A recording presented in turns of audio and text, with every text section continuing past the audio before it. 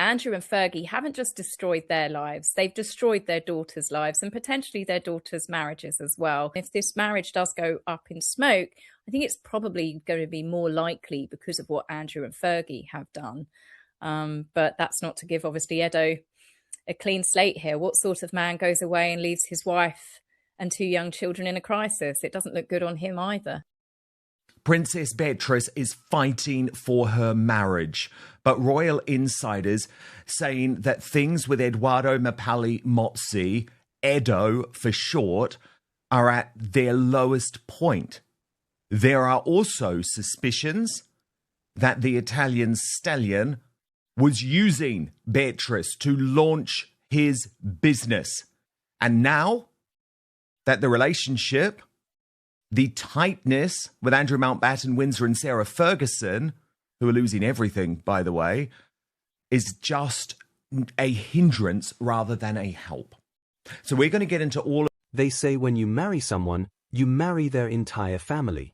But for Edoardo Mapelli Mozzi, that family package didn't just come with a nice set of silver spoons and a posh cottage. It came with enough baggage to fill a private jet and a spotlight that never, ever turns off.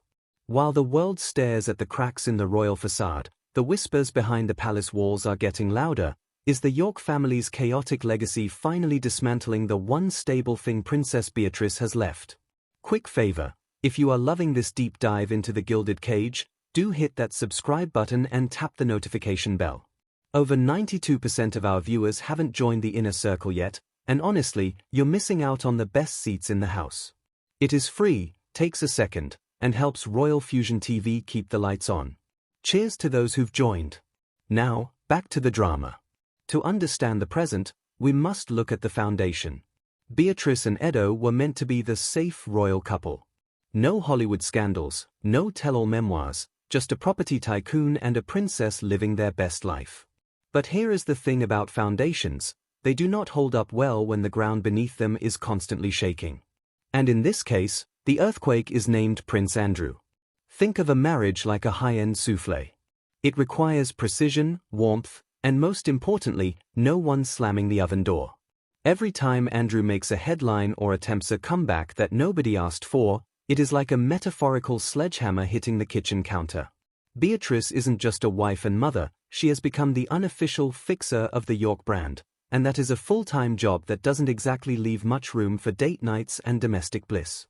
If Andrew is the earthquake, Sarah Ferguson is the unpredictable weather pattern. We love Fergie for her tell-it-like-it-is energy, but being the daughter of the woman who is perpetually one interview away from a PR disaster is exhausting. Reports suggest that the sheer intensity of the York family unit, the tripod as they call themselves, is starting to feel more like a tripod that's tripping up Edo's patience. It is a bit like trying to watch a quiet film while your in-laws are hosting a heavy metal concert in the next room. You can try to ignore the noise, but eventually, the vibrations are going to break your favorite vase. Edoardo is a man who values his privacy and his professional reputation in the high-stakes world of international real estate. Being tethered to the Andrew and Fergie show isn't just a social headache, it is a brand liability. How do you close a multi-million-pound deal when your father-in-law is the most cancelled man in the United Kingdom? Here is where the suspense builds. Recently, we have seen Beatrice stepping up more in the royal rotation. With the King and the Princess of Wales taking much-needed time for their health, the B team has been called to the front lines. You would think this is a win, right? Wrong.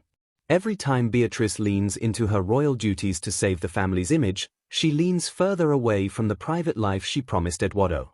It is the ultimate royal paradox. To save her father's reputation and support her uncle the king, she has to be more princess and less Mrs. Mapelli Mozzi.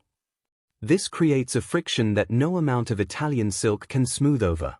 Are we witnessing a woman torn between the bloodline that defines her and the man who chose her?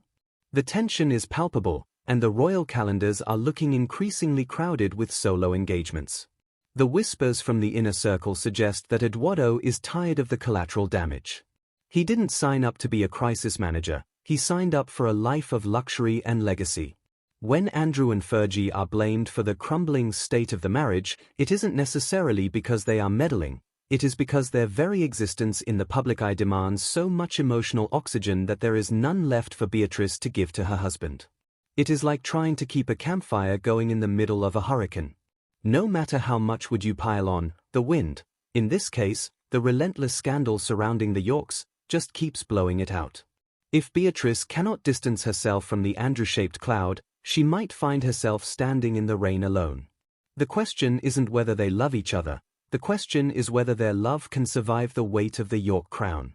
Thank you very much for watching.